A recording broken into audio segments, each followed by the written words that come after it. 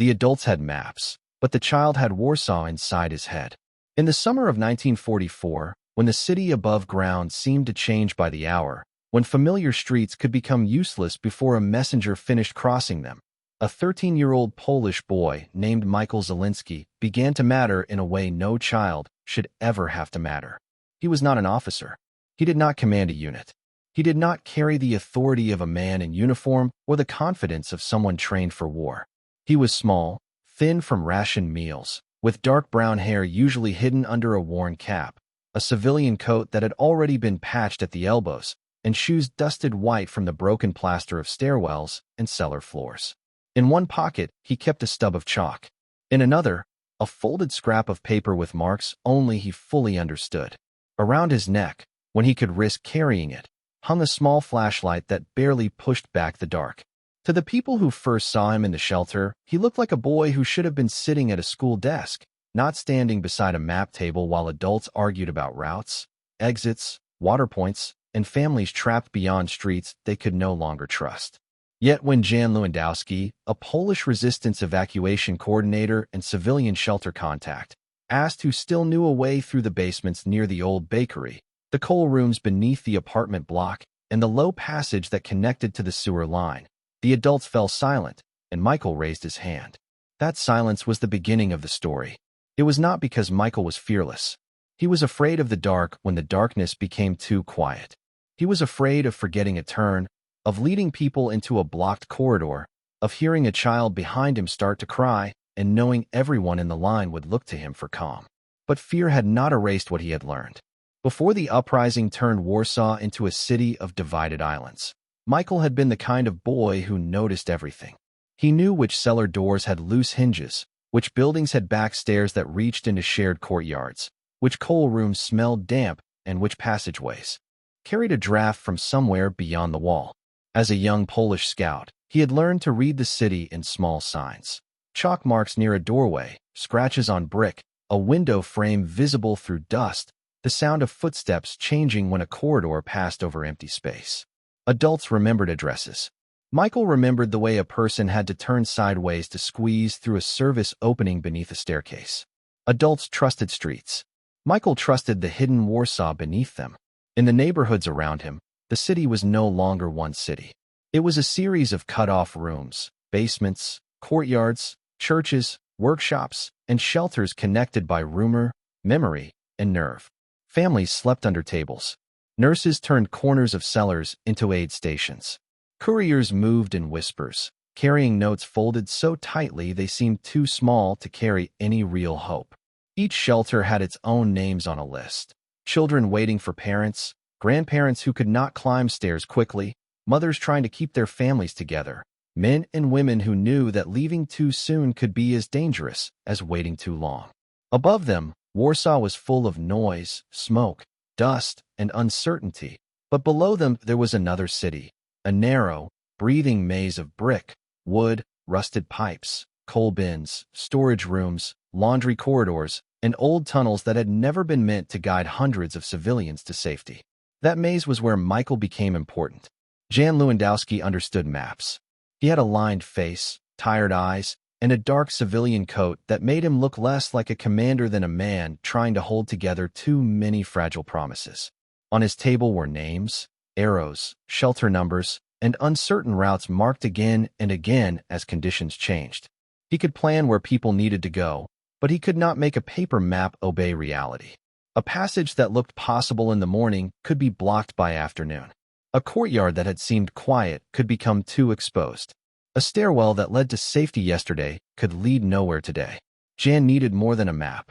He needed memory, and not the broad memory of an adult who once walked a street in daylight, but the close, practical, almost physical memory of a child who had crawled through basements during errands, followed scouts through service corridors, counted steps in the dark, and learned which doors opened with a shoulder, which ones had to be lifted before they moved, and which ones should never be touched.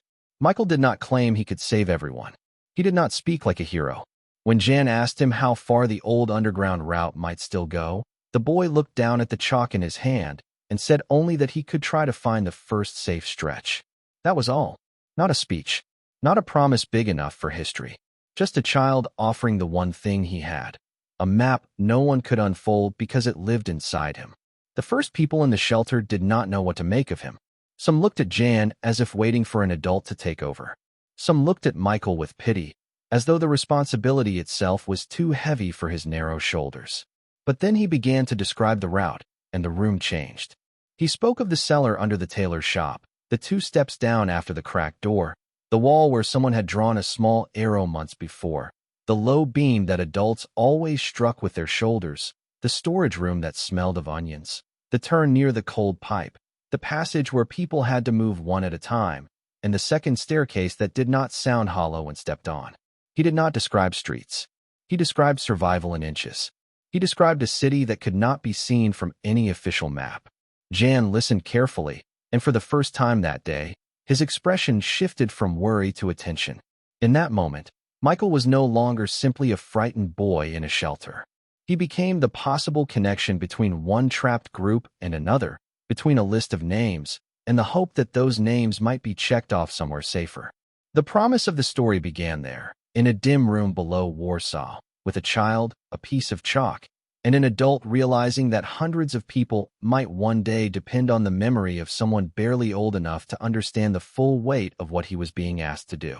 The route that started as a test would soon become a lifeline, and before Michael could guide crowds through the tunnels, he would first have to prove that the city beneath his feet still remembered the way out.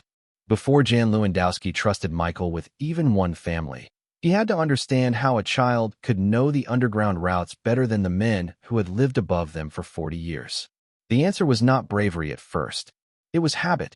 Before the uprising turned every errand into a calculation, Michael had been sent through basements for ordinary reasons that no one thought important at the time.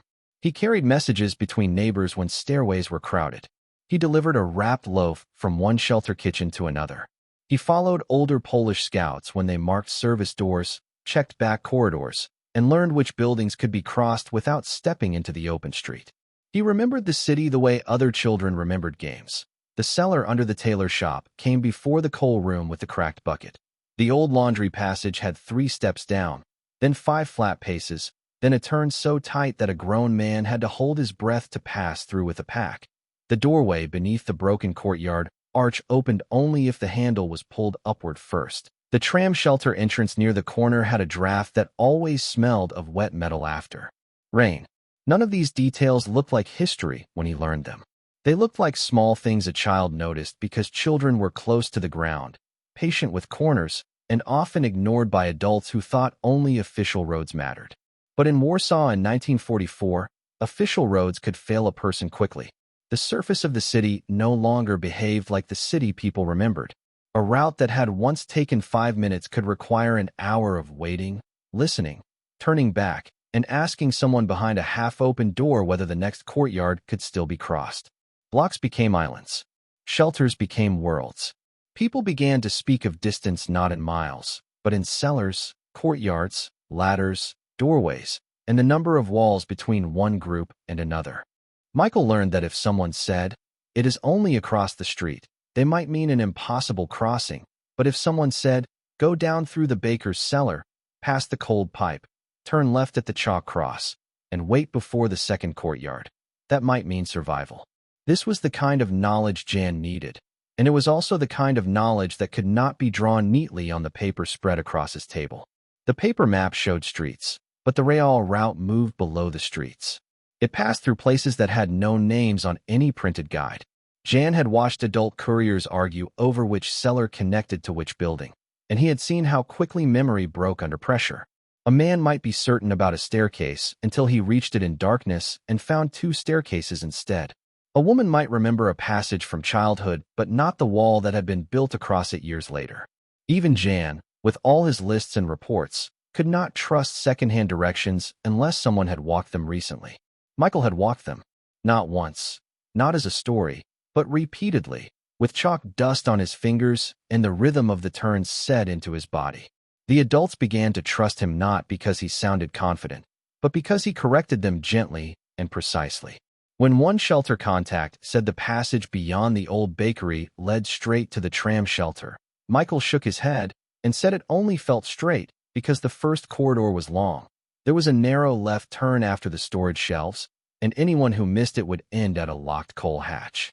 When another man insisted the sewer access was beside the courtyard pump, Michael explained that the pump entrance had been sealed and that the usable access was farther down, through the washroom with blue tiles still visible under dust. He did not speak loudly. He did not try to impress them. He simply remembered. That was what made the room quiet. People could doubt a child's strength. They could doubt his judgment. But it was harder to doubt a child who knew which doors scraped the floor, which tunnel sloped downward after 20 steps, and which mark on a wall had been made by scouts before the chalk faded. Jan asked him to draw what he could. Michael leaned over the table and traced lines with a pencil that looked too large in his hand. His map was not beautiful. It did not match official scale.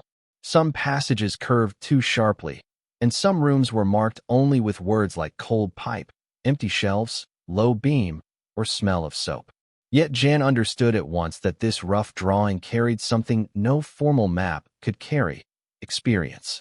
Michael could tell him which sections were wide enough for 2 people, which required single file, which had steps too steep for an elderly person without help, and which turns might frighten younger children if the lamp went out. He knew where a group could pause without blocking the route. He knew where a whisper could travel too far.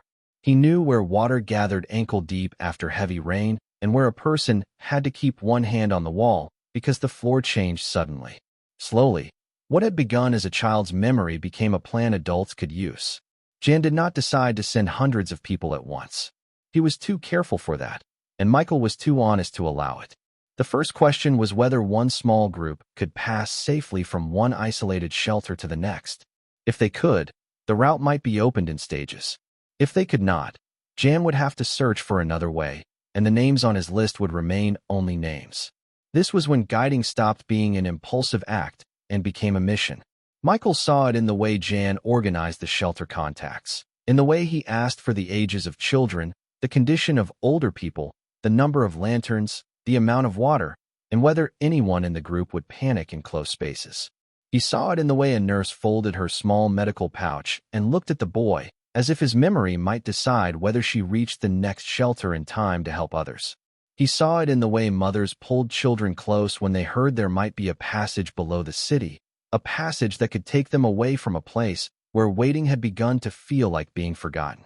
Michael did not think of himself as a rescuer. He thought of the first steps, because first steps were all he could control. Down the cellar stairs. Past the coal smell. Do not touch the loose rail. Count 12 paces, then duck. Look for the chalk mark near the brick that sticks out like a tooth. Listen before the courtyard door. Move only when the person ahead has cleared the turn. These were not heroic thoughts. They were practical thoughts, the kind that kept fear from growing too large. Jan noticed this and trusted him more because of it. A child who boasted would have frightened him. A child who admitted what he did not know, but knew exactly what he had seen, could be useful. By evening, the first test group was chosen. A nurse, 2 families, an older man who needed someone's arm on the stairs, 1 shelter messenger, and Michael at the front with chalk in his pocket and the small flashlight hidden under his coat until it was needed. Jan stood beside him at the cellar entrance and lowered his voice. He told the boy that no one expected him to be fearless, only careful.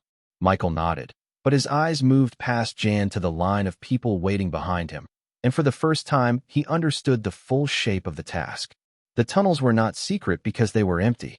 They were secret because they had to carry people who had almost no other way left. If the first group made it through, more would follow. If more followed, a route in a child's memory could become the difference between isolation and shelter, between panic and order, between people vanishing from one another and people finding their way back into a human chain beneath the city. Michael stepped down first, feeling the cool air rise from the basement, and behind him the adults began to follow the boy who knew the doors. The first thing Michael noticed when he stepped into the lower cellar was not the darkness, but the way the darkness changed the sound of the people behind him. Above ground, a crowd could hide inside noise. Below Warsaw, every breath seemed close. Every shoe scrape seemed too sharp. Every whispered question moved along the brick walls as if the tunnel itself were listening. He stopped at the bottom of the stairs and lifted one hand, palm down, the way he had seen older Polish scouts do when a group needed to settle. The adults obeyed before they had time to think about it. That surprised him more than the cold air. A nurse with a small medical pouch stood just behind him. Two families waited behind her, each child held close by a parent. The older man leaned on the arm of a shelter messenger, trying not to show how much the stairs had already tired him. Michael looked at their faces in the weak lamp glow and understood that they were not following a child because it made sense in any ordinary world. They were following him because the ordinary world had been pushed out of reach, and the only road left was the one he could remember. He touched the chalk in his pocket, then moved forward. The first corridor was familiar enough to steady him. It ran beneath the row of apartments near the old bakery, where sacks of flour had once been stored and where the air still held a faint, stale smell of grain beneath the dust. On the right wall, just above shoulder height for Michael but lower for the adults, was a pale chalk mark shaped like a bent arrow. He had made it 2 days earlier when the route was still only a possibility. Now it felt like a promise he had to keep. He pointed to it without speaking, then counted his steps. 12 to the cracked brick. 4 more to the low beam. Stop. Duck. Wait for the old man. Do not let the group stretch too far. The rules formed in his head as clearly as the route itself. If people rushed, they would stumble. If they spread out, fear would fill the space between them. If anyone started asking too many questions, others would imagine answers worse than the truth. So Michael gave them only what they needed. Low beam, he whispered. One at a time. The nurse repeated the words softly behind him, and the message traveled back through the line. One at a time. Low beam. The first passage opened into a coal room where the floor felt uneven under the dust. Michael knew to stay left, near the wall, because the center dipped just enough to catch a foot if someone was nervous. He could smell smoke from somewhere. Above, not sharp and immediate, but distant, mixed with plaster and old wood, reminding everyone that the city overhead was never far away. He did not look up. Looking up made people think about what was above them. He wanted them thinking about the next step. At the far end of the coal room stood a wooden door with one broken panel. An adult might have pushed it and found it jammed. Michael lifted the handle first, leaned his shoulder into the frame, and felt it give with the same tired scrape he remembered. The sound made one of the younger children gasp. Michael turned quickly, brought a finger to his lips, then smiled just enough to show that nothing had gone wrong. The smile cost him effort, but it worked. The child behind the nurse pressed closer to his mother and stayed silent. Beyond the door was the old laundry passage, colder than the cellar before it, with cracked blue tiles still visible along the lower wall. Water ticked somewhere ahead, a slow, patient dripping that Michael used like a compass. The dripping meant they were near the drain line. If the sound grew louder too early, they had turned wrong. If it disappeared completely, they had missed the narrow bend toward the service corridor. He walked with one hand open beside the wall, feeling the change from brick to tile to rough plaster. He did not need much light yet. The small flashlight remained hidden inside his coat because batteries were precious, and because darkness became less frightening when people saw that the boy at the front could move through it without panic. At the next turn, the chalk mark was faint. Dust had blurred it into a white smear. Michael stopped. Behind him, the whole group stopped. The pause was dangerous, not because anything happened, but because waiting gave fear room to speak. The shelter messenger leaned close and whispered, "Is this the way?" Michael did not answer immediately. He listened. There was the drip of water to the left, the hollow quiet of a storage room straight ahead, and somewhere beyond the wall, the muffled echo of movement in another shelter. He smelled soap, old and dry, from the passage to the left. That was right. The washroom with blue tiles. The cold pipe. Then the service opening. He nodded. Left. Keep hands on the wall. The older man was breathing harder now, so Michael shortened the next stretch. Instead of leading them all the way to the sewer access, he brought them into a small storage room where empty shelves lined the wall and a broken chair sat upside down near the corner. It was not a place to stay, but it was wide enough for the group to gather. The nurse checked the older man without fuss, offering him a sip of water from a small bottle. Michael watched Jan's instructions come alive in pieces. Move in stages, count the people, never let the weakest person become an afterthought. He counted silently. Nurse. First family, 3. Second family, 4. Older man. Messenger. Himself. 10 people.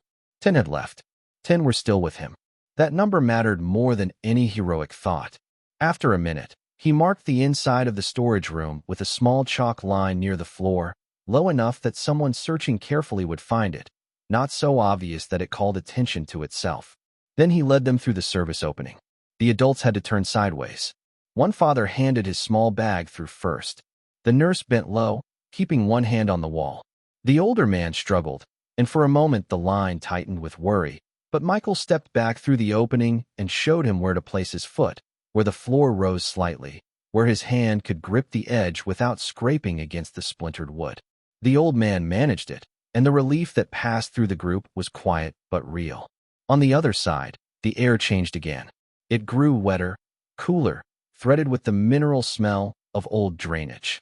This was the stretch Michael had feared, because it felt less like a cellar and more like the underside of the city. The tunnel was low, and water moved in a narrow channel along one side.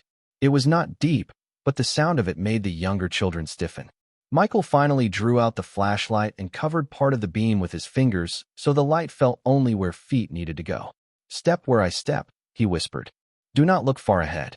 That was something he had learned for himself. Far ahead, darkness looked endless. One step ahead, it could be managed. He placed his shoe on a dry strip of stone, then another, then waited for the nurse to follow. The message passed backward again. "Step where he steps. Do not look far ahead." The tunnel bent right near a rusted pipe that felt cold even through his sleeve. There should have been a chalk cross beyond it. At first he did not see it. His chest tightened. He moved the light slowly across the wall, careful not to swing it wildly and frighten the group. Brick, damp stain, pipe shadow, nothing. For one terrible moment, he wondered if he had brought them to the wrong bend. Then he crouched and saw it lower than he expected, half hidden by a flake of plaster. A small cross, pale and uneven, but there. He let out the breath he had been holding. Not loudly, just enough to become himself again. The messenger saw the mark too and gave him a look that was not praise exactly, but trust. That trust was heavier than praise. They followed the cross to a narrow stairwell that rose into another building. The door at the top opened into a courtyard cellar where a woman waited beside a shaded lamp. She was the next shelter contact, and when she saw Michael emerge first, followed by the nurse, the families, the older man, and the messenger, she pressed both hands over her mouth to keep from speaking too loudly. This was not yet the final safe point. It was only the first transfer station, an aid station hidden below a damaged apartment block, where water could be shared, names could be checked, and the next route could be confirmed. But to the people who had just crossed the dark, it felt like proof that the underground city was real. The nurse gave her name. The families were counted. The older man was guided to a bench. Michael stood near the doorway, chalk dust on his fingers, trying to look calm while his knees trembled under his coat. He had done only one passage, with only one small group, across a route he already knew. Yet the shelter contact was already asking how many more could come, whether children could make it, whether someone carrying supplies could pass through the service opening, whether the water in the drainage tunnel rose after rain, whether the route could be reversed. Michael looked back at the dark door behind him, and the answer frightened him because he knew it before he said it. Yes, more could come. Not all at once. Not carelessly. Not without rules. But more could come. The first group had followed him through the cellars, the laundry passage, the drain line, the chalk marks, and the stairwell, and every person who had left with him had arrived. In the quiet relief of that hidden aid station, the adults began to understand what Jan had already suspected. This was no longer a child's memory being tested. It was the beginning of a route, and once a route existed, the waiting shelters would ask it to carry far more than 10 people. By the time Michael returned to Jan Lewandowski's shelter contact room, the first small success had already begun to grow larger than anyone intended. News traveled through the underground faster than footsteps. It moved from one cellar to another in whispers, through doorways opened only a few inches, along corridors where people waited with cups, blankets, lists, and questions that had no easy answer. The boy had brought 10 people through. The nurse had arrived. The older man had reached the aid station. The children had crossed the wet passage without panic. That was enough for hope to change shape. Before, the people in the isolated shelters had asked whether any route still existed. Now they asked when they could use it. Jan saw the danger in that hope immediately.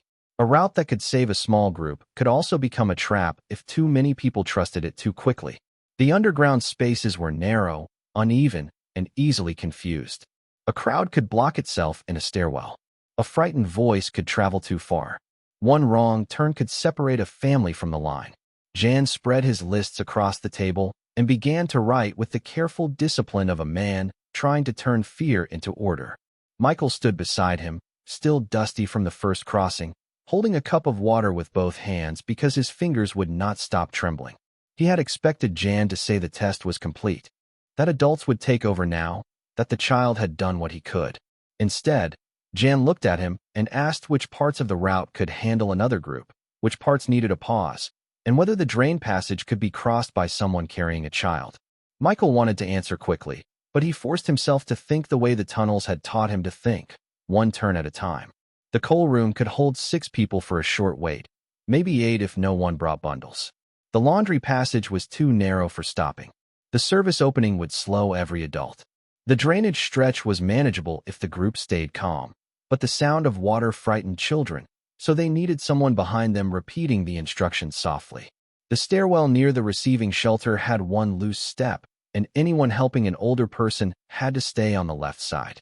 Jan wrote all of it down. For the first time, Michael watched his memory become a plan that other people could read. It was a strange feeling, as if the city inside his head was being copied onto paper, but never completely. The paper could show arrows and names. It could not show the smell of damp brick that told him he had reached the right corridor, or the way cold air moved under the blue-tiled washroom door, or the difference between a safe silence and a silence that meant the group had become too afraid to move. That part still belonged to him. As the afternoon deepened, more shelter contacts arrived, each carrying another problem. One basement, near the tram shelter, was running low on drinkable water. A group of families had stayed too long in a crowded room where the air had grown heavy and the children were restless. A small aid point needed to move medical supplies, but did not know whether the service opening was wide enough. Another shelter had heard that the courtyard route beside the old workshop was no longer dependable. No one described anything directly, and no one needed to. The evidence was in their voices, in the dust on their sleeves, in the way they lowered their eyes when they added another name to Jan's growing list. The city above them was changing faster than reports could keep up, and the city below had to change with it. Michael listened as adults discussed streets he had never crossed in daylight, but knew from underneath. The courtyard with the broken pump, the cellar where onions had once been stored, the second doorway under the apartment block with the green door, the tram shelter stairs that smelled of wet iron, the crawl space behind the bakery wall. Each place connected to another place, and each connection had limits. That became Michael's new burden. He could no longer simply say, "I know the way." He had to say how many people could pass, how long they could wait, who should go first, where a lantern could be used, where darkness was safer, where chalk should be placed, and where no one should speak. Jan began dividing the civilians into groups, not by who begged loudest or who arrived first, but by what the route could bear. Older people would need helpers on stairs. Younger children should be placed between calm adults. Anyone carrying water must not be pushed to the back, because water was not just a supply. It was a reason some shelters could last one more night. The nurse from the first group confirmed that the receiving aid station could take more people, but not too many at once. The shelter contact there could offer water in small portions, a bench for the weakest, and updated directions toward another basement line. This meant Michael's route was no longer a single crossing. It was becoming one link in a chain. A person could move from Jan's shelter to the aid station, from the aid station to a second cellar, from there toward the tram shelter, and eventually toward a safer district if the next contact confirmed the passage. That possibility made everyone in the room lean closer to the table. It also made Michael feel suddenly younger than he had felt all day. Hundreds was not a number he could imagine as faces. 10 he could count. 20 he could picture if he closed his eyes. Hundreds became a sound. Many feet on stone, many breaths in darkness, many hands reaching for the person ahead. He looked at his chalk stub and wondered how such a small thing could mark a way for so many. Jan noticed and lowered his voice, so only the boy could hear. He told Michael that he did not have to carry the whole number in his mind. He only had to carry the next group, then the next turn, then the next door. That was how order survived below Warsaw, not through grand promises, but through steps small enough to obey. Michael nodded, and when the second group gathered, he began to use rules instead of reassurance. He told them they would walk in a line. He told them not to ask how far until they reached the pause room. He told the children to watch his hand, not the darkness. He told the adults to pass each instruction backward exactly as they heard it, without adding fear to it. He gave one helper the task of counting people at each stop. He gave another the task of watching the older woman near the middle. When someone asked what would happen if the route changed, Michael answered with a truth that sounded calmer than he felt. Then they would stop, listen, and choose the next known place. The second crossing took longer than the first. The main cellar was more crowded when they left, and the receiving shelter had new information when they arrived. A doorway near the courtyard was sticking badly. The chalk mark near the drain had faded more. The air in the coal room seemed warmer, as if too many people had recently passed through. Michael marked the wall again, lower this time, and added a second line where the group needed to duck. On the way back to Jan, he checked the route as carefully as he had guided it, because returning mattered as much as leading forward. A guide who could not return could not bring the next group. By the third crossing, people stopped asking why they should follow a child. They asked only where to stand, when to move, and what they should carry. This trust frightened Michael more than doubt had. Doubt allowed him to remain a boy. Trust made him a map. As evening settled over the broken city, Jan's lists grew longer, water was measured more carefully, and each shelter waited for the soft knock that meant the boy had come back again. Michael did not know how many people he would guide before the night ended. He only knew that every time he stepped into the cellar darkness, more names were depending on his memory, and the route beneath Warsaw was no longer hidden only because it was secret. It was hidden because it had become a lifeline too fragile to survive panic and too important to abandon. The first sign that the old route had failed was almost too small to frighten anyone except Michael. It was not a shout, not a crash, not anything dramatic enough for a story told years later. It was the absence of a draft under the blue-tiled washroom door. Every time he had passed that point, cool air had slipped through the narrow gap near the floor, carrying the damp smell of the service corridor beyond it. That draft meant the passage was open. It meant the air could move through the old laundry room, past the cold pipe, into the drainage line, and onward toward the shelter contact near the tram stairs. But when Michael crouched and held his fingers near the bottom of the door, there was nothing. No thread of cold air. No faint smell of wet brick. Only stillness. Behind him, the group waited in single file, 22 people this time instead of 10, because the shelters had begun to empty in measured waves. A mother held a sleeping child against her shoulder. An older woman leaned on a neighbor's arm. A teenage messenger carried 2 canteens of water wrapped in cloth so they would not clink against the wall. The nurse from the first crossing had returned with Jan's instructions and now stood near the middle, ready to repeat orders softly if fear began to spread. Everyone had been told not to ask questions in the narrow passage, but silence did not stop people from understanding when the boy at the front paused too long. Michael pressed his ear near the door, then touched the handle. It resisted differently than before. Not stuck from swelling wood. Not simply heavy. Something beyond it had shifted, blocking the frame. He tried once, slowly, careful not to make the scrape echo through the passage. The door moved less than an inch, then stopped. In that inch came a smell of dust and old plaster, thick enough to tell him that the corridor he had trusted no longer existed in the same way. The route inside his memory had changed without asking permission. For a moment, Michael felt the whole map inside his head tremble. The arrows, the chalk marks, the safe pauses, the low beam, the drain line, the stairwell near the shelter contact. Everything seemed to depend on this door opening the way it had opened before. He could hear Jan's voice from earlier that evening, calm but serious, telling him that every route was only true until Warsaw changed it. He could hear his own answer, when he had said he understood. Now he knew understanding a thing at the table was not the same as facing it with a line of people behind him. The shelter messenger leaned forward and whispered, "Can we go back?" Michael did not answer at once. Going back was possible, but not simple. The corridor behind them was narrow. Turning 22 people around would take time.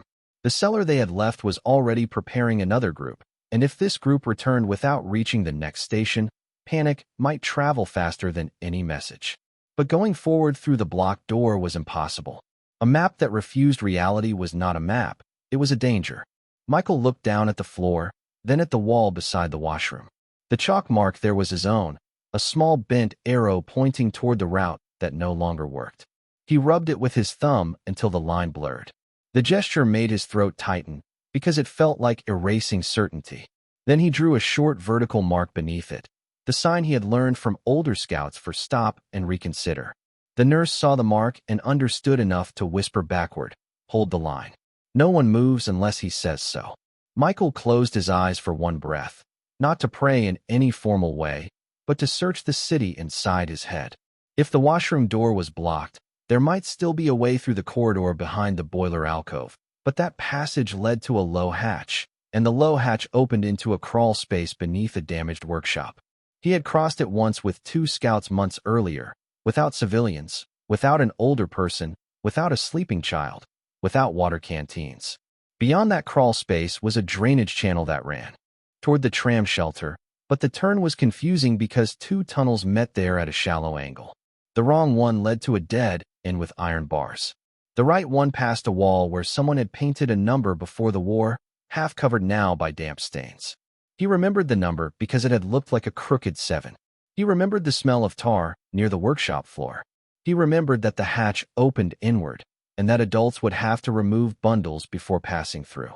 It was harder, slower, more frightening, but it was a route. He turned to the messenger and whispered, "We cannot use this door. We are not going back yet. There is another way, but everyone must do exactly what I say." The messenger nodded, and the words moved backward through the line, not as comfort, but as instruction. Another way. Do exactly what he says. Michael led them 3 steps back, then into an alcove so narrow that the first 3 people had to press against the wall while the rest waited in the corridor. There, behind a hanging piece of torn cloth and 2 empty crates, was a hatch near the floor. It looked too small to matter. That was why adults had forgotten it. Michael knelt, brushed dust from the edge, and felt for the metal loop. It was cold and gritty in his palm. The hatch resisted, then gave with a soft pull that seemed loud only because everyone had stopped breathing. The opening beyond it was black. Michael drew out the small flashlight, covered most of the beam with his fingers, and showed them the first few feet. Low brick, rough floor, space enough to crawl or move bent over, but not enough to stand. He looked at the mother with the sleeping child, and then at the older woman. This was the moment when courage had to become practical again. He arranged the group himself. The messenger would go second, to help people through the hatch after Michael. The older woman would not go in the middle, where fear could trap her. She would go early, with 2 helpers, so the group would learn the slowest pace from the beginning. The mother with the child would come after the nurse, where calm hands could help if the child woke. The water canteens would be passed through separately. No one would carry a bundle on the back. No one would speak inside the crawl space unless a word was necessary. If the person ahead stopped, everyone stopped. If the light disappeared around a bend, they would keep one hand on the wall and wait for the instruction to move. These rules took less than a minute to say, but they changed the group. People who had been imagining darkness now had tasks. The hatch did not look less frightening, but it looked organized. Michael went first. The floor scraped dust against his sleeves as he moved under the low brick. The air smelled of tar, old wood, and damp stone. Good, he thought. The workshop. He had remembered correctly. Behind him, the messenger entered, then the older woman's helper passed in the canteens, then one person after another. The crawl space forced everyone to slow down. It also forced them to trust the rhythm Michael set. Forward 3 feet. Stop. Listen. Forward again. At the end of the passage, he reached a cellar hatch so low that even he had to turn sideways to lift it. Beyond it, a corridor sloped toward the drainage channel. This was the part that did not appear on Jan's map except as a question mark. Michael marked the hatch with chalk before moving on, then another mark at shoulder height for adults, then a third low on the wall where a child might see it. He was no longer following a route. He was creating one. The drainage channel met them with the sound of shallow water moving through darkness. The group tightened, but did not break. Michael kept the flashlight low, lighting only the dry stones along the side. He counted steps under his breath. 15 to the pipe. 9 to the bend. Stop before the fork. At the fork, he searched for the crooked 7. At first the wall showed only damp stains. Then, as he shifted the light, the old mark appeared, not clear, not official, barely a memory on brick, but enough. He touched it with 2 fingers as if greeting someone who had waited for him. Right side, he whispered. Stay right. The instruction passed back. Stay right. Stay right. They moved past the wrong tunnel without entering it, past the iron-barred shadow, toward the faint smell of wet metal that meant the tram shelter stairs were near. When the first draft of air touched Michael's face, he almost smiled. This time the draft was real. This time it meant the route had rejoined the living city beneath the street.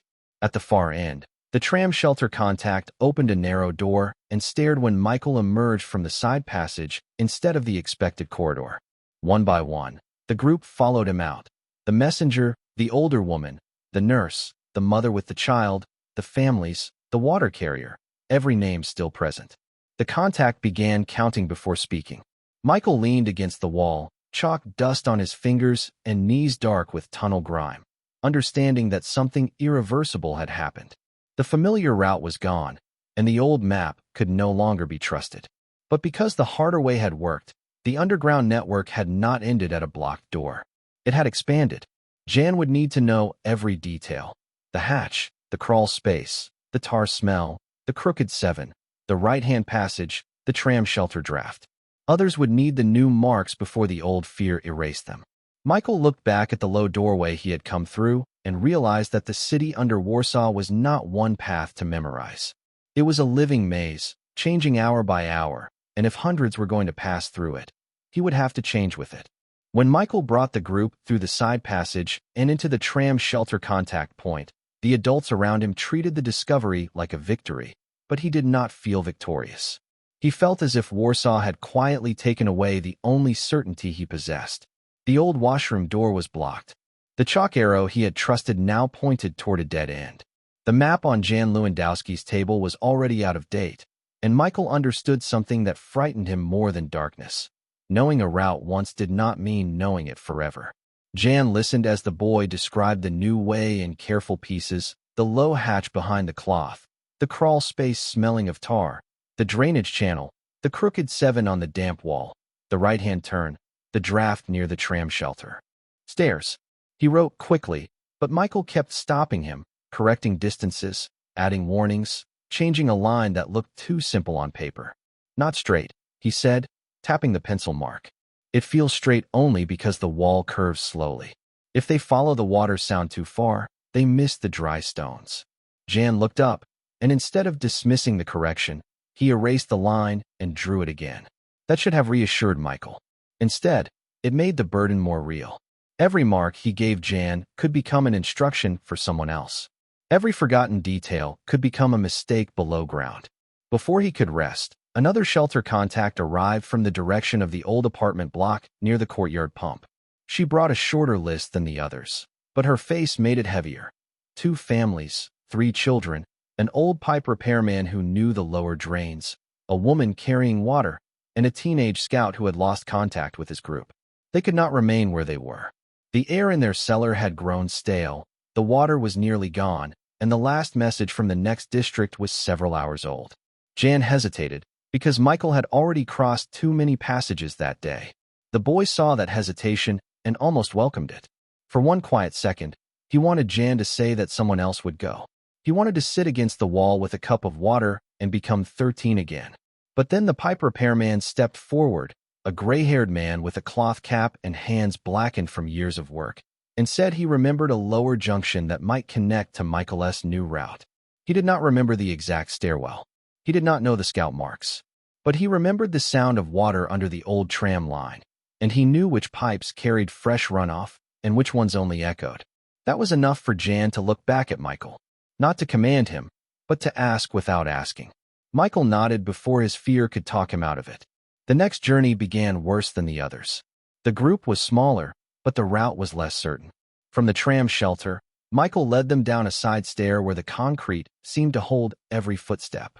The repairman followed close behind, breathing slowly, one hand brushing the wall as if reading it. The nurse from the earlier crossing came too, not because she had to, but because she had learned how to keep people steady in the narrow places. A family with 2 young children stayed between her and the water carrier, while the teenage scout took the rear and counted each turn aloud under his breath. Michael tried to trust the system he had helped create. Count the people. Mark the wall. Move in short sections. Keep the weakest near help. Do not let the line stretch. Yet after the first 2 turns, the darkness became different. The narrow channel he expected to hear on the left sounded farther away. The wall beside him was colder than he remembered. The floor sloped, but not enough. He stopped at a small landing where 3 steps went down and 1 passage bent away into deeper shadow. There should have been a chalk mark near the stair corner. There was none. He lifted the flashlight and moved the beam slowly across the wall. Brick. Damp stain. Scratch plaster. No mark. He crouched near the lowest step, searching for the old sign that should have told him where he was, but the wall was blank. Behind him, the group became painfully still. In that silence, Michael felt hope drained from him in a way he could not show. He had told them not to look far ahead, but now he could not see even the next true direction. The repairman whispered that water was running somewhere to the right. The nurse whispered that the children were calm, but not for long. The teenage scout at the rear whispered the number of people again, as if counting could hold them together. Michael pressed his fingers against the stair edge and tried to remember Jan's words. Not the whole number, only the next group, the next turn, the next door. But what if there was no next door? What if the mark had been on another landing? What if he had taken the wrong bend after the tram shelter? He closed his eyes, and for the first time that day, the map inside his head seemed to scatter into pieces. Then a child behind the nurse whispered something so small Michael almost missed it. It smells like the bakery. Cellar. The child was not giving directions, not trying to help in any grand way. But Michael opened his eyes. The smell was there, faint under the damp stone, old flour, dry wood, and soot carried through a ventilation crack. Not the bakery they had used earlier, but another storage cellar that connected to the same row of buildings. He turned his face toward the smell and listened again. The water on the right was too loud for the main drain. The quieter trickle under the steps was the one he needed. The repairman leaned down beside him and placed his palm near a pipe half hidden in the wall. This line slopes toward the old workshop, he whispered. If you are looking for the lower passage, follow the smaller sound, not the louder one. Michael looked at the blank wall once more and understood why there was no chalk mark. This was not the marked route. This was the space between routes, a piece of the underground that adults used for pipes and repairs, not for moving families. But it could connect. The nurse placed a hand briefly on his shoulder, not pushing him, only reminding him he was not alone. 1 turn at a time, she said. Michael nodded. He drew a new chalk mark on the blank wall, not an arrow yet, but a small circle meaning uncertain passage checked by guide. Then he led them down the 3 steps, following the smaller water sound. The passage narrowed almost immediately. The repairman warned them where the floor dipped. The nurse repeated the warning. The teenage scout counted each person through the bend. At the next wall, Michael found what he had been searching for without knowing it. A stair with a cracked second step, a rusted pipe cold enough to sting his fingers, and above it, nearly hidden by dust, a chalk line made by another scout days earlier. It was not his mark, but it spoke the same language. He touched it and felt the pieces of the map return. From there, he knew the way to the auxiliary shelter near the courtyard cellars. He knew the low doorway that opened inward, the small room where water jars were stored, and the bench where people could sit while Jan's contact checked their names. When the group finally entered that small station, no one cheered. The relief was too quiet for that. The mother lowered her child onto a blanket. The repairman sat heavily and rubbed dust from his hands. The nurse smiled at Michael as if she had seen exactly how close he had come to stopping and how hard he had worked not to. A shelter contact gave him water and asked what the new mark meant.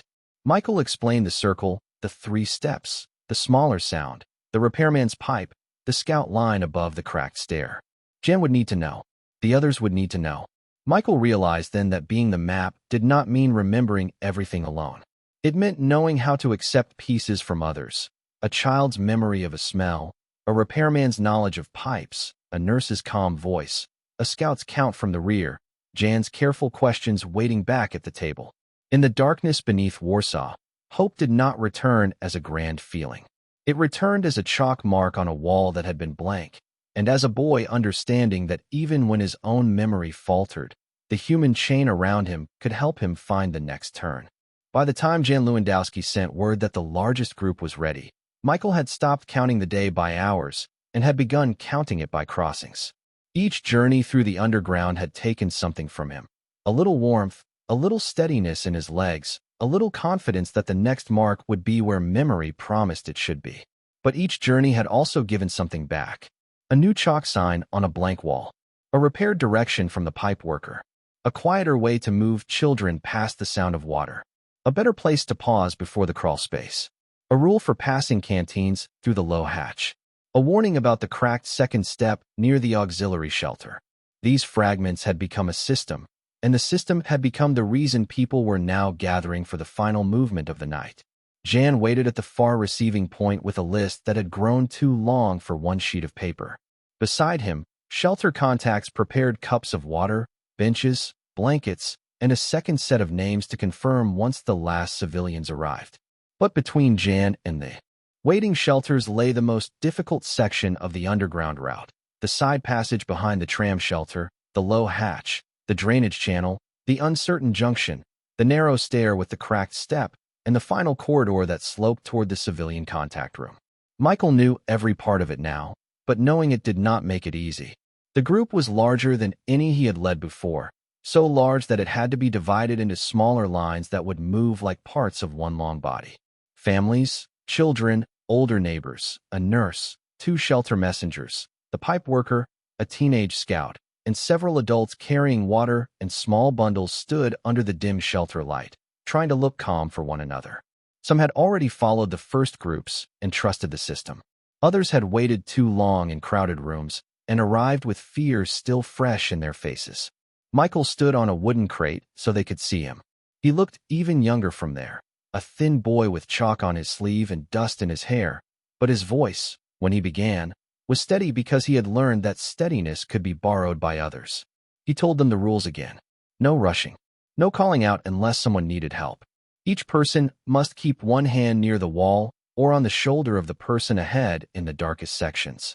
Children would move in the middle of each small line, not at the back. Older people would have helpers before and behind them. Water carriers would pass canteens by hand through the hatch instead of trying to squeeze through with them. At every stop, the rear messenger would count, the front messenger would answer, and only then would Michael move again. He did not tell them he was afraid. He did not need to. The adults could see it in his face, and somehow that made them trust him more, because he was not pretending the tunnel was harmless. He was showing them that fear could be given instructions. Before they entered the first corridor, the nurse came close and handed him a small strip of cloth dampened with water. She told him to press it over his mouth if the dust became too thick. The pipe worker touched the wall near the hatch and promised to stay just behind the second group so that if the sound of water changed, he would know. The teenage scout at the rear held up his chalk and told Michael that if a mark faded, he would renew it after the last person passed. This was how the child's burden became shared, not removed, but carried by more hands. Michael stepped down first. The first line followed, then the second, then the third, each released by a shelter contact only when the group ahead had reached the next pause. In the beginning, the movement worked almost beautifully. The coal cellar took them in and released them. The laundry passage held its narrow silence. The low hatch slowed them, but did not break the order. The canteens passed hand to hand. The older woman from the second line laughed once under her breath when she cleared the crawl space, not because anything was funny, but because relief needed somewhere to go. Michael let the sound pass and then lifted his hand for silence again. The drainage channel was harder. The larger number of footsteps changed the tunnel. Water sounds became confused by movement. Whispers touched the brick and returned as echoes. A child in the middle began breathing too fast, and the nurse moved beside him, guiding his hand to the wall, telling him to count the stones his fingers passed. 1 stone, 2 stones, 3 stones. The counting steadied more than the child. It moved backward and forward through the line like a quiet rhythm.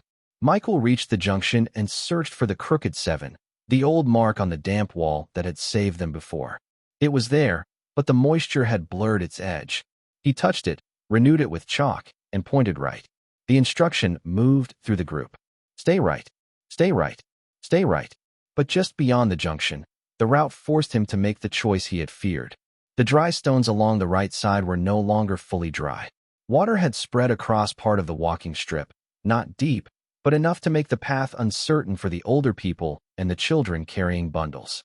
The left side was wider for several yards, but it brought the line closer to the wrong tunnel with the iron-barred shadow. The map, in his head, offered no perfect answer. Going right kept them on the known path, but slowed everyone dangerously.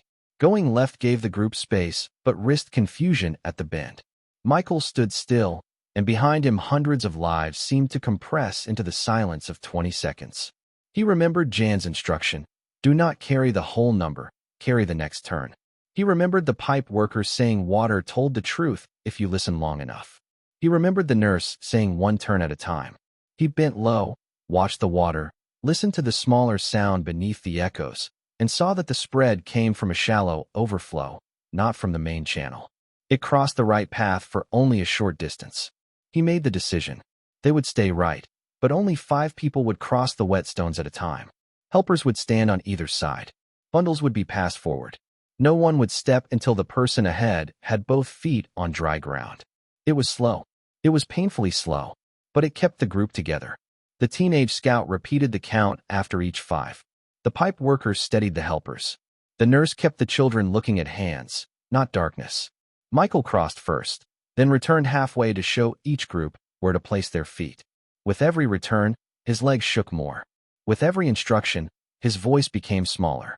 Yet no one pushed past him. No one treated him as merely a child now. They waited because the boy had become the point where panic ended and movement began. When the last small line cleared the water, Michael almost stumbled from relief, but there was no time to rest. The cracked stair came next, then the final corridor toward Jan's receiving shelter. The corridor rose gently, and with that rise came air that felt different, warmer, carrying the smell of lamp oil, cloth, and people waiting. Michael knew that smell. It meant the contact room was near. He gave the last instruction of the passage. No one speaks until names are counted. Then he knocked twice, paused, and knocked once more. The door opened. Light widened across the floor. Jan Lewandowski stood on the other side with his list in hand, his tired face changing as he saw not one group, not 2, but line after line emerging from the dark. The counting began immediately. Names answered in whispers. Children were guided to benches. Water was poured carefully. Helpers supported older neighbors into the room. The nurse handed over her pouch. The pipe worker leaned against the wall, eyes closed. The teenage scout marked the final door so anyone returning would find it. Michael remained near the threshold until the last person crossed. Only then did Jan lower his pencil and look at the boy. There was no grand celebration, because the city above them still demanded silence, and the people around them were too tired for anything loud. But in Jan's eyes, Michael saw what had happened. Hundreds had not followed him because he was fearless. They had followed because he remembered, because he listened, because he made choices small enough to save the next step, and because he accepted a responsibility far beyond his years without turning it into pride. The final group had reached the shelter.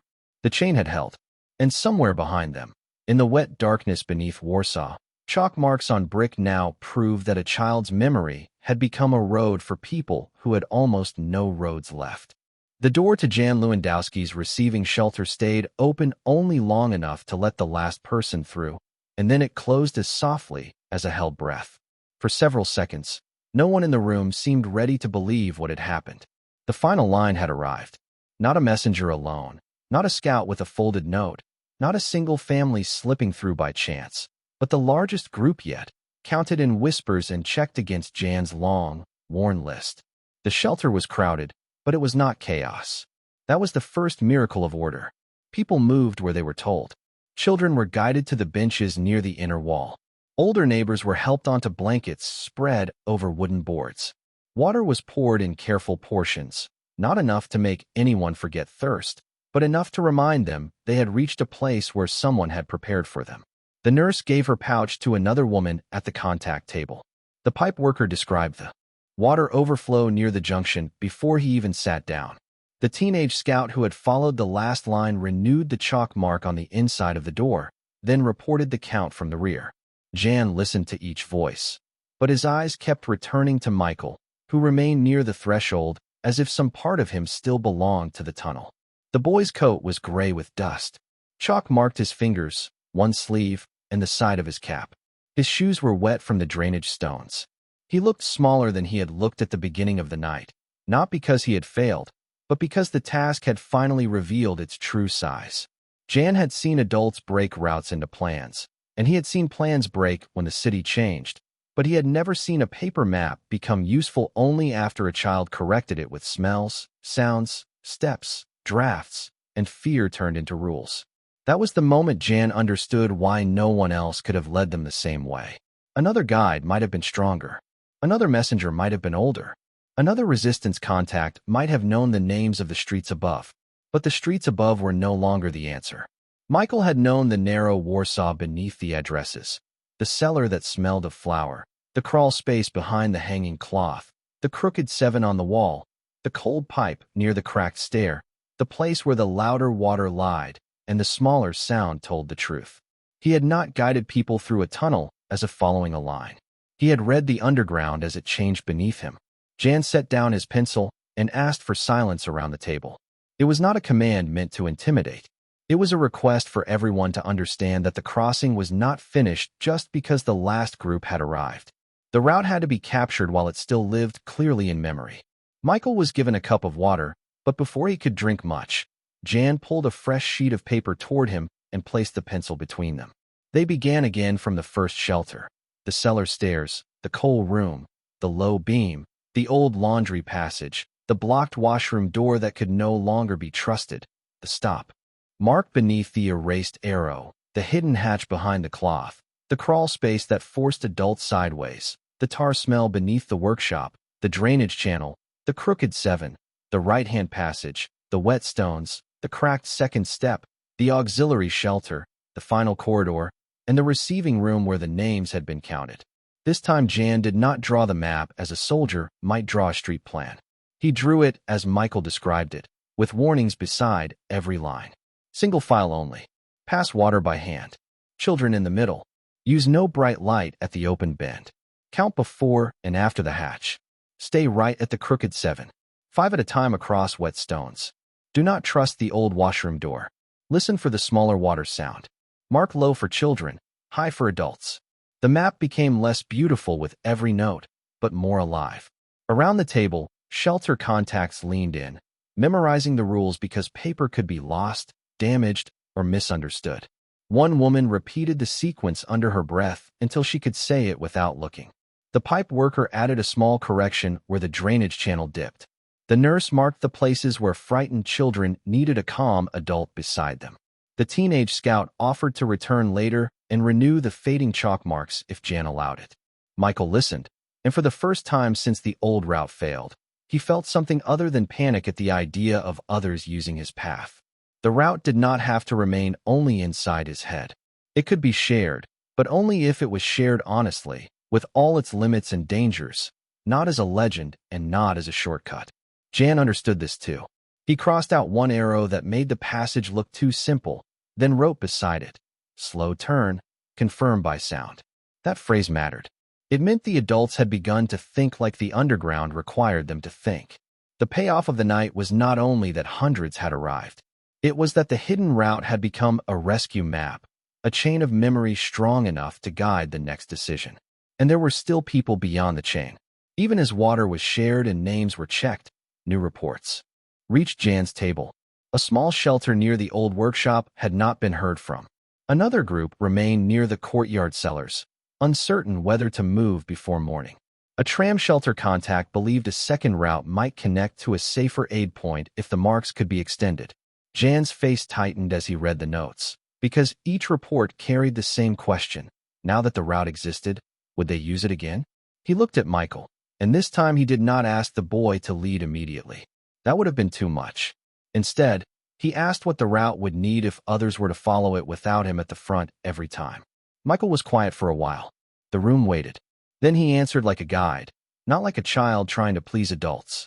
The chalk marks must be renewed before too many people passed. Each group needed one person at the front who had walked the route once and one person at the rear who could count. No group should be larger than the tunnel could hold between pause points. Water carriers must be separated so one delay would not stop all supplies. Children had to be told what would happen before entering the crawl space, because surprise was worse than darkness. Older people needed helpers assigned before the stairs, not after they became tired.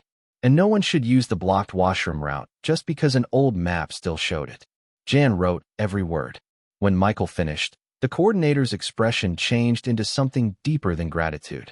He was seeing the boy's mind not as a lucky memory, but as a working system of survival, built from observation, discipline, and care. That was when Jan finally understood the full meaning of what the boy had done. Michael had not simply led people through darkness. He had changed the underground from a frightening maze into a usable rescue system. The adults had brought lists, authority, maps, and plans, but the child had brought the one thing Warsaw needed most beneath its broken streets: living memory. Because he remembered the low hatch, the crooked mark, the sound of the smaller water line, the cracked stair, and the places where fear could slow a group, Jan could now turn one child's path into a chain of controlled movements for those still cut off across the city. The decision came before dawn. Jan would not send one desperate crowd into the tunnels. He would create a chain of small, guided movements using Michael's corrected map. Shelter contacts would be trained on the route in pairs. Scouts would refresh doorway marks. The pipe worker would inspect the drainage turn. The nurse would help prepare children and older civilians before each crossing. Michael would rest, then guide the first training return when he could stand steadily again. The route would not belong to one boy alone, because if it did, one exhausted child would become the weakest point in the chain. It would belong to the people who had learned from him. Michael heard the decision and finally lowered himself onto the bench beside the wall. A little girl from one of the families sat nearby, holding a cup with both hands. She looked at the chalk on his fingers and asked whether the tunnels were still dark after people learned the way. Michael looked toward the closed door, behind which the underground waited in silence. He wanted to say no. He wanted to give her the kind of answer children deserved. Instead, he told the truth gently. Yes, they were still dark, but now there were marks on the walls. The girl nodded as if that was enough. In Warsaw that night, it had to be enough.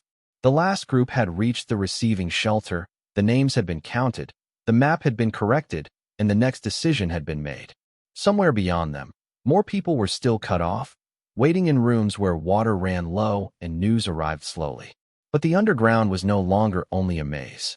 Because a child had remembered it, tested it, changed with it, and taught it to others, it had become a path that could reach back into the darkness again. Years later, when the noise of 1944 had become memory and Warsaw had rebuilt streets over places where people once moved in darkness, the route Michael helped create would not look like much on paper. A few lines through cellars, a mark near a blocked washroom door, a warning beside a crawl space, a note about water sounds under the old tram line, a crooked number on damp brick, a cracked stair, a shelter contact room where names had been counted in whispers. To someone standing in a quiet archive decades later, those details could seem small, almost ordinary, the kind of details that disappear when history is told only through armies, dates, commanders, and fronts. But for the people who had followed him, those details were not small. They were the difference between isolation and connection. They were the reason a mother knew where to place her foot in the dark, the reason an older neighbor had a helper before the stairs, the reason a child was told what to expect before the low hatch, the reason a shelter contact could say, with a careful kind of confidence, that the next group should wait until the first group had reached the pause room. Michael did not become important because he was older than his fear. He became important because he carried fear without letting it lead. That was one of the quiet truths of the Warsaw Uprising. Many of the people who kept the city alive were not the people history usually places at the center of the frame. They were couriers, scouts, nurses, shelter contacts, pipe workers, parents, teenagers, children with chalk in their pockets, and civilians who learned to pass instructions from one hand to another in places no official map could properly explain. The underground routes of Warsaw were not magical tunnels built for rescue. They were cellars, service corridors, sewer lines, tram shelters, storage rooms, and improvised passages turned into lifelines because ordinary people understood that survival often depended on movement, memory, discipline, and trust. In that world, A child could become a living map, not because childhood made him untouched by danger, but because childhood had taught him to notice what adults overlooked. Michael remembered low beams because he had ducked under them first. He remembered chalk marks near the floor because his eyes were closer to them. He remembered smells, drafts, loose handles, cracked steps, and the different sounds water made in narrow passages because those were the signs that mattered when street names no longer guaranteed a way forward. Jan Lewandowski understood this by the end of that long night. His paper map had been necessary, but it had not been enough. It needed Michael's corrections, the pipe workers listening, the nurses calm, the scouts counting, and the shelter contacts who learned to treat every pause point as part of a larger chain. That was the real resolution of the mission, not one dramatic crossing, but the creation of a system that allowed frightened people to move without becoming a crowd, to trust without rushing, and to follow a child without turning him into a symbol too heavy for a real boy to carry. After the war, many stories like Michael's survived only in fragments. A family remembered a boy with chalk on his sleeves. A former nurse remembered a child who told people not to look too far ahead. A shelter contact remembered a hand-drawn map with warnings that sounded strange to anyone who had not walked the route. Listen for the smaller water sound. Stay right after the crooked mark. Do not trust the old door. Count again after the hatch. Some names were preserved. Others blurred into roles, nicknames, or family stories told at kitchen tables long after the cellars had been cleared and the streets had been rebuilt. Museums and archives would later gather testimonies, photographs, maps, armbands, scout symbols, civilian documents, and accounts of the underground city that had carried messages, supplies, wounded hope, and human movement through Warsaw when the surface became unreliable.